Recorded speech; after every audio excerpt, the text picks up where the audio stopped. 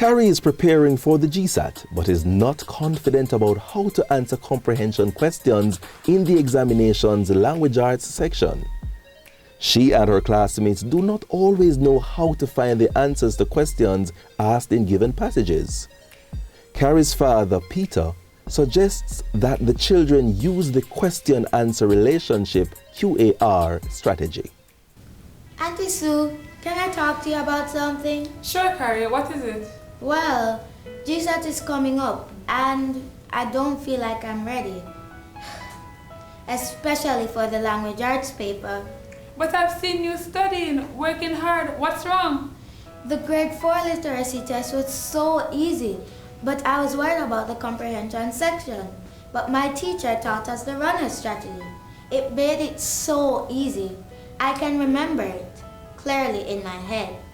Now, the questions are harder and more difficult to understand. Worse yet, I don't know where to find all the answers to the questions. Tell you what, I know who could help. Who? Peter! Dad? Coming. What's going on? Peter, can you help Carrie with her GSAT? Sure. What's wrong with my baby girl now? She's having problem answering the comprehension questions. Oh. Dad, the comprehension section is getting difficult for me. I can't find all the answers. Oh. I wonder who that could be. Carrie! You know what? I will go and get it. Okay. Dad, my friends are on the outside waiting to join. Oh, Carrie, you're always so kind to your friends. Let them come in. Come in. Hi, Carrie. Hi, Uncle Peter. Hi, guys. Hey guys, Daddy was just about to help me with the comprehension section. All right, guys, let's gather around. The main thing to remember is that many answers are actually directly stated in the passage. In some cases, the answer can't be found in any one sentence. Rather, it may be found over several places in the passage. And sometimes, the answer just isn't stated in the passage at all.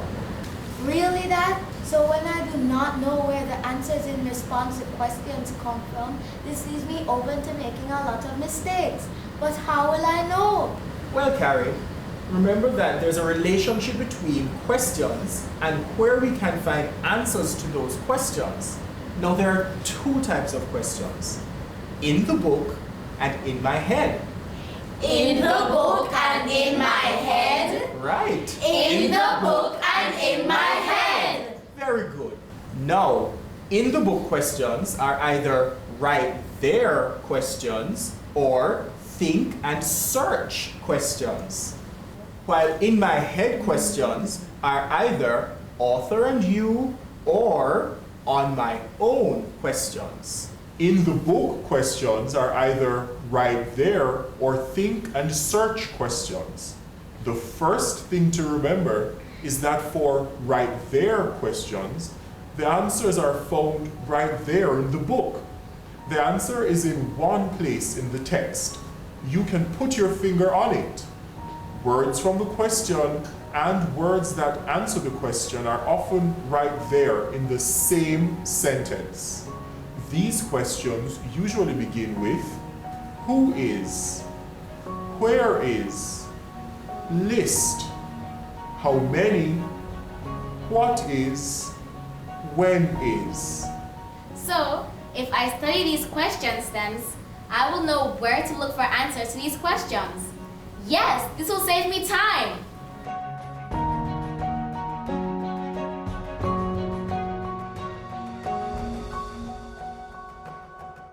To help you understand, let's read this passage. A day gone wrong. Keisha got up on the wrong foot this morning. When her alarm clock rang, missing the snooze button, she accidentally turned it off. She rolled over and went back to sleep. She finally woke up with the sound of her mother yelling to her at the door of her bedroom. Get up! It's late! What a way to start her week. Keisha missed the bus, forgot about breakfast, and her mother rushed her to school. When she finally got to school,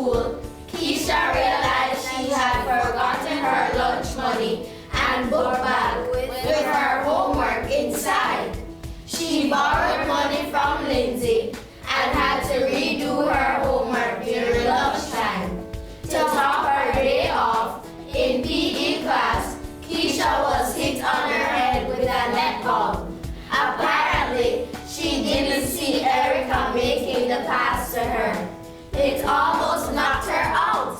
The day finally ended, and Keisha boarded the bus to go home. It turned out to be the worst day from beginning to end. One down, four to go, she thought as the bus slowly left the bus stop. Who did Keisha borrow money from? I know. Keisha borrowed money from Lindsay. The question begins with who, so the answer is in the passage. I can put my finger on it. The sentence has a part of the question in it. This is easy. See, Carrie, you already know what to do.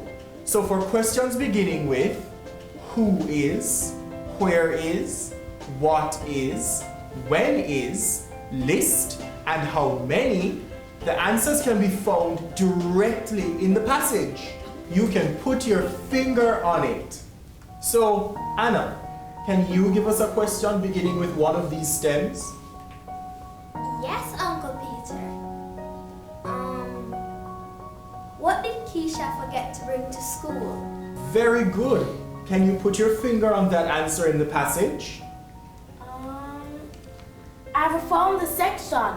Yes, her. She had forgotten her lunch money and book bag. Good job. You're getting very good at this. What if the question asks, what caused Keisha to have a bad day? Your turn, Simon.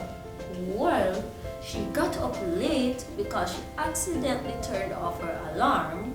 Her mother yelled at her because she was late. She missed the bus and forgot to eat breakfast. Exactly! But did you find the answer in one place like before? No, Uncle Peter. I had to look all over the passage. Yes, that's right. These questions are still in the book questions since the answers are located directly in the passage. Specifically, they are think and search questions since you have to think about where in the passage the answer can be found and then search the passage for the answers.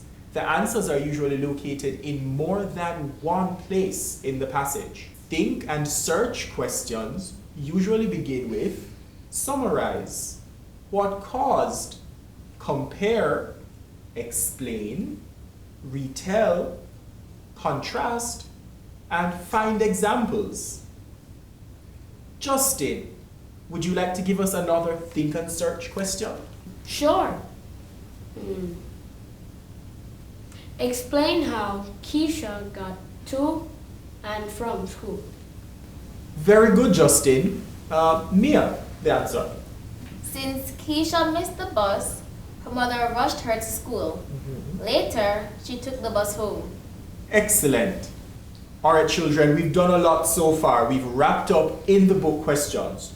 We're going to take a short break, and when we come back, we're going to do in your head questions. Thank you, Dad. I think we're clear on what to do so far. Very good. Let's go.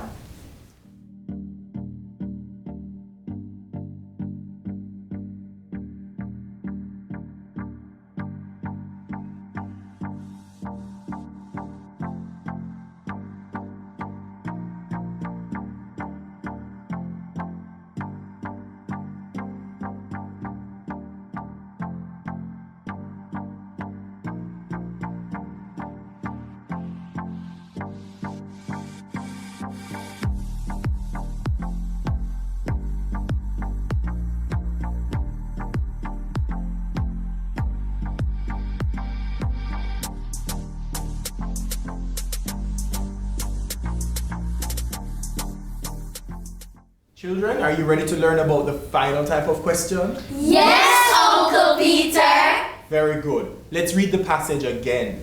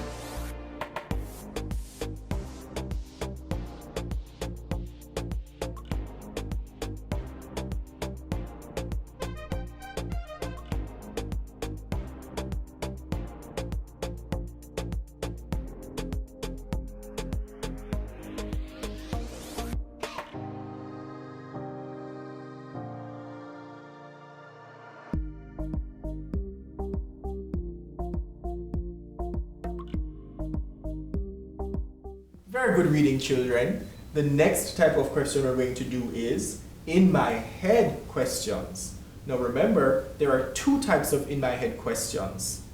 Author and you and On my own. on my own. Very good.